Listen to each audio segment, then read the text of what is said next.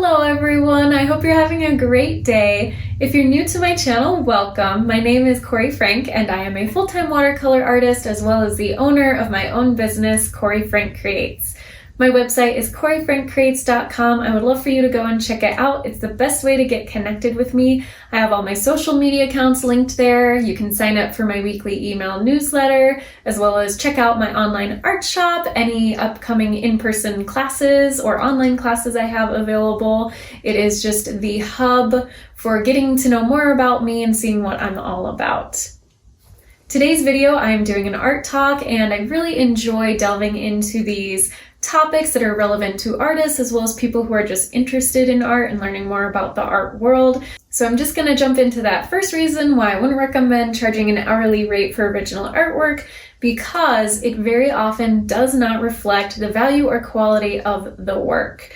Especially for professional artists who are far along in their career and have been painting or drawing for a long time, they very likely can produce a high quality, beautiful piece of work in a short amount of time. So, a few hours, maybe even less, depending on how complicated the work is. Someone could even finish a piece of work in an hour or under. And if you're charging only an hourly rate, that is not going to give you a lot, and it's not going to reflect the value or the quality of the work. So as an example, let's say you decide to charge $35 an hour for your artwork. If you complete a piece in half an hour, or let's say even an hour, let's say you complete a piece in an hour and post it on social media or share it with friends and family or people, your network, and someone reaches out to you and says, I love that, I would really like to purchase it, how much does it cost? And you tell them, yeah, $35. That is definitely undervaluing the work, especially if someone values it enough to want to purchase it.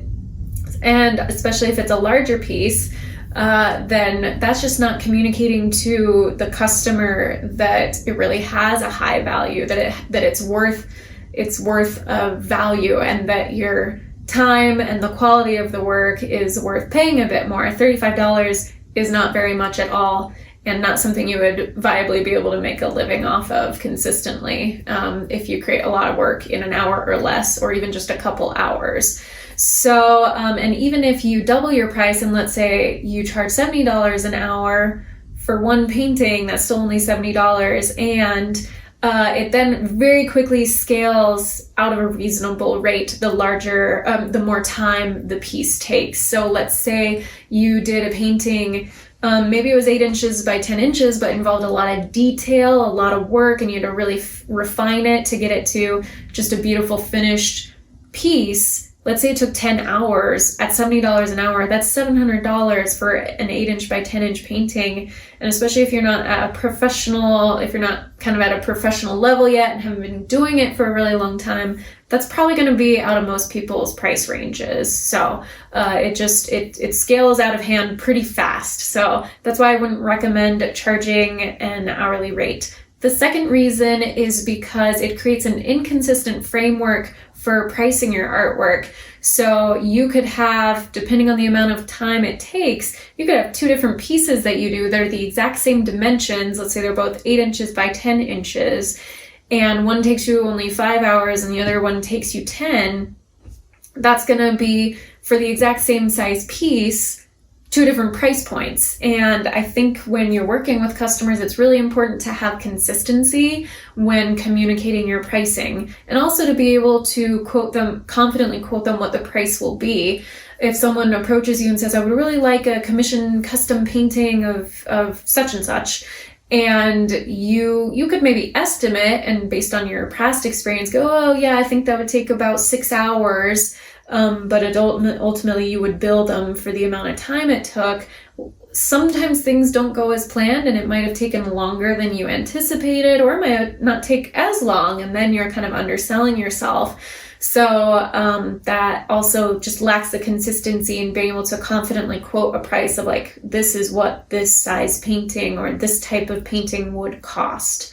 So just needing, I think, when you charge an hourly rate, it lacks that consistency in pricing that can be so crucial for transparency with your potential customers. And the third reason I wouldn't recommend charging an hourly rate for original artwork is because you are very quickly going to scale out of your hourly rate. What do I mean by that? Well, if you have been painting consistently for a certain amount of time, I think most artists probably know the more you work on your craft and perfect it, the better you get over time. And it can happen very quickly, even just like 30 days of drawing or painting consistently, to already see an improvement in the quality of your work, as well as see yourself maybe not taking quite as long to finish a piece. So if it takes just that short amount of time, or let's kind of like see it at sort of a larger scale. Let's say like 6 to 12 months, like you're consistently working, you're in the studio every day or every week,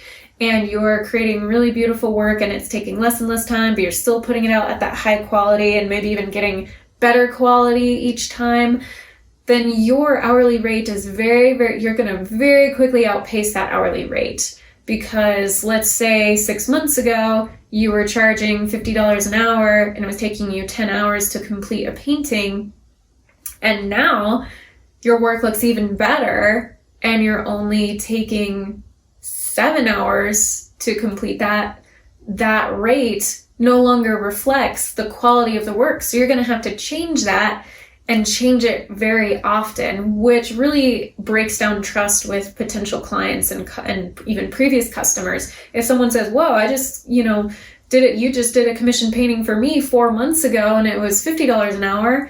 And now 4 months later, it's $70 an hour. And then 4 months from then, it's adding another like $30 per hour to that price. People are very quickly going to be like, this is out of hand, and I not understand why you're having to change your prices so frequently and at such a dramatic rate. So these are, again, I'm going to really quickly recap the 3 reasons why I wouldn't recommend charging an hourly rate for original artwork. First is because it generally does not reflect the value or quality of the piece. It creates an inconsistent framework for pricing your artwork, and you very quickly will scale out of that price range, out of a reasonable hourly price range for your artwork. So now that we've talked about that, I would like to discuss 3 different ways that you could price your artwork, or that you might price your artwork. And the first one is charging a unit price per square inch. So let's say you have an 8-inch by 10-inch painting, and obviously this method works best for 2-dimensional artwork.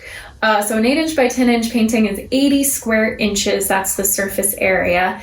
And let's say you charge $5 per square inch. So for 80 square inches, that would be $400 for an 8-inch by 10-inch painting. And the great thing about that is it's consistent no matter what size the painting is. If someone knows what your unit price is per square inch, they can calculate it no matter what size the painting is. So even if they had much larger piece, so let's go ahead and just like double those dimensions. Let's make it a 16 by 20 inch painting. So that is, let's see, for square inches, that should be 320 square inches. Multiply it by 5. I think that's going to be $1,600. So, and you can see there was a pretty big difference between that 8-inch by 10-inch and the 16 by 20 inch. So one of the drawbacks of charging per square inch is that it very quickly scales to a much higher price the larger the dimensions.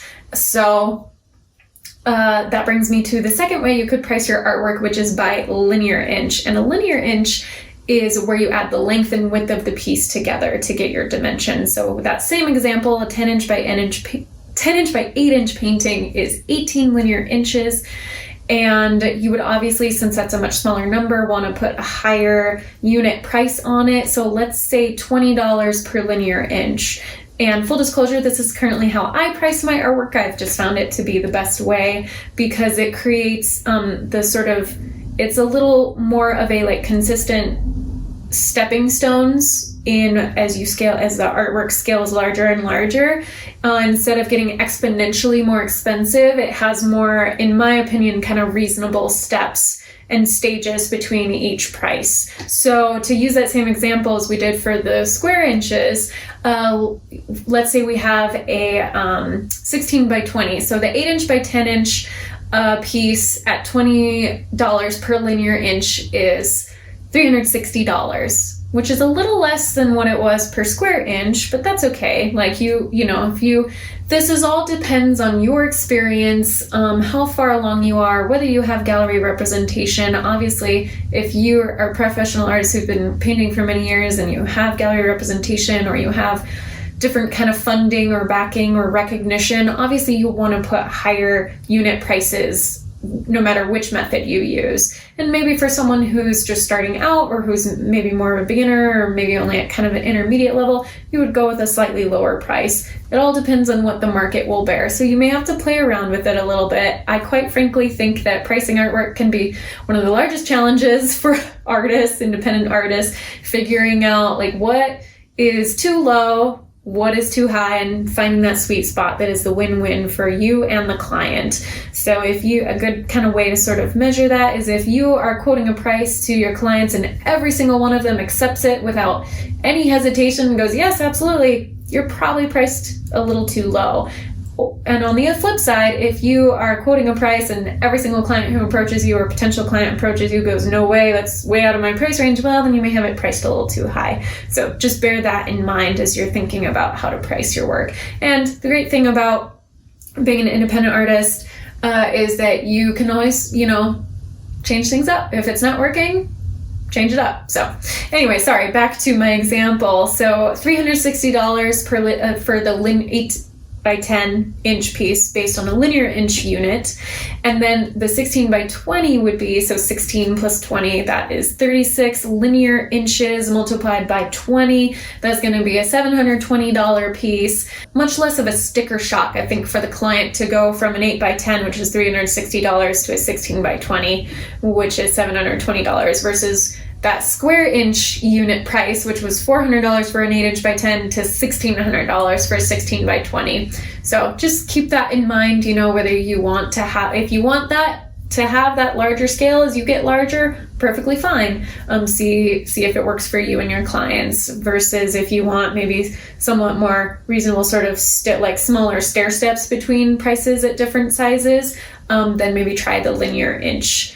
And then the final way I recommend pricing, it adds kind of a little more variability to it. And yes, it does technically involve sort of like basing it a little bit on the amount of time you spend on a painting, but you're not charging an hourly rate. So let me explain what I mean by that. So let's say you would want to have painted several pieces at several different sizes, and several within the same size. So we're going to stick with our example, 8 inches by 10 inches, and on average calculate about how long it takes you. Obviously, you wouldn't want to go with the most complicated piece because that's probably going to take you much longer. You wouldn't want to go with the simplest piece because that's going to probably not take as much time. But go in on an average or roughly in the middle. Calculate roughly how much time it takes you to do that. Let's say it takes 10 hours. And then apply an hourly rate to that, which let's say like $30 an hour. So that's $300. And then factor in cost of materials roughly for that size piece. So again, you would go have different sized pieces and have to have had experience at each different size and what the material cost is for each of those. So you would calculate those out. Let's say it's around like $25 to $50 for supplies. You add that onto the price and say, okay, for an 8 inch by 10 inch piece, my base price is $325. And then just make sure and then that would be consistent across that size piece. It'd be like $325 for an 8 inch by 10 inch piece. And then if you want to include some variables where it's like, okay, the more complicated the piece is, make it very clear to the client that there's an upcharge for that. So let's say if it has more than 2 figures in it, and when I say figures, it could be people, like if you're doing portraits, but it could also be animals, it could be plants if it's much more complicated, if it's like a single flower against a white background versus an entire bouquet with a full background. Obviously, for something that has a lot more to it, you would want to have an upcharge, and then just be consistent with that upcharge and say, okay, for this like level of complication, it's an additional $50 onto that base price, or additional $100 onto that base price for this, and just make sure it's very clear up front. So then when you have an agreement with a client who's commissioning a piece from you, then they'll just know up front what that price is going to be going in. So again, I know I kind of said, like, don't price your work based on the amount of time or on an hourly rate. But in this case, you're not doing that per artwork. You're factoring in the amount of time, the cost of supplies, and the level of detail or how complicated a piece is to ultimately determine the price of your artwork. So I hope that was helpful. That's all I've got. If you are an artist and have other ways that you've priced your artwork, I would love to hear from you. Feel free to share in the comments. And until my next one, be kind to yourself, be kind to others. God bless, and I'll see you soon.